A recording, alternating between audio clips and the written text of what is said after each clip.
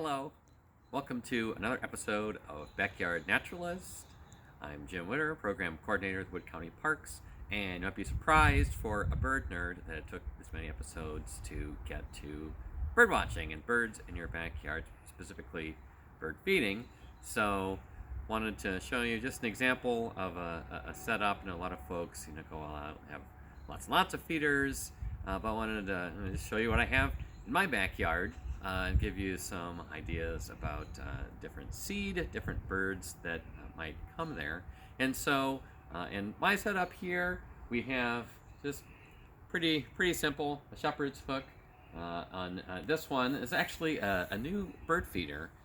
Got this as we're staying at home more often.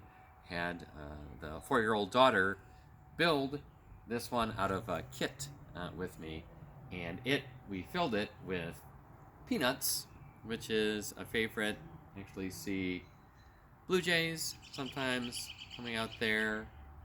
Other birds will actually seen grackles, some of the larger blackbirds, knock down some of the peanuts. Sometimes they'll grab one, some will fall down there. So I see birds oftentimes underneath the feeders. A good seed, lots of birds like that. You also notice this little cone on here. This is a squirrel baffle. This does seem to work well. It seems to do the job. It sits on a little bracket right there. And then over here have two other types. Probably I would say pound for pound, the best type of seed is the black oil sunflower seed right there. Attracts a variety of birds. Cardinals seem to like to often be underneath feeder. Get even sometimes woodpeckers on there. Sparrows. We're here in town.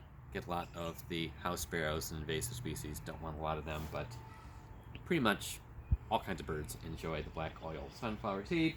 And then over here we have this little cage, and inside it is a suet cake. And that's especially popular with nuthatches, woodpeckers. Unfortunately, also very popular, I've noticed, with starlings in the city. Another one of our invasive species from Europe. They really go to town on that one. Not really much of a way that you can deter the starlings. You also notice that on this one, still have to invest in one of the squirrel guards. The squirrel likes to actually climb up here, and we enjoy watching it. Sometimes you can enjoy watching the squirrels that likes to grab on and sort of do like sit-ups and hanging off of there with its legs.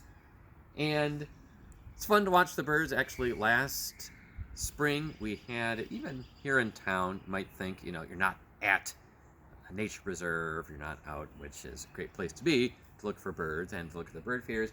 We had right here on this small little feeder 4 rose-breasted grosbeaks that we watched one morning around this time of the year. So don't have your bird feeders, even birds coming through during migration, rose-breasted grosbeaks, birds like that. Can even some folks put out oranges for Baltimore Orioles coming through. Get creative with it.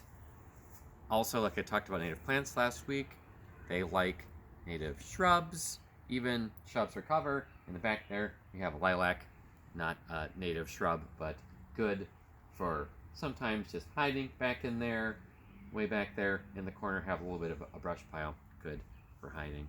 So, a little bit about backyard bird watching and bird feeding.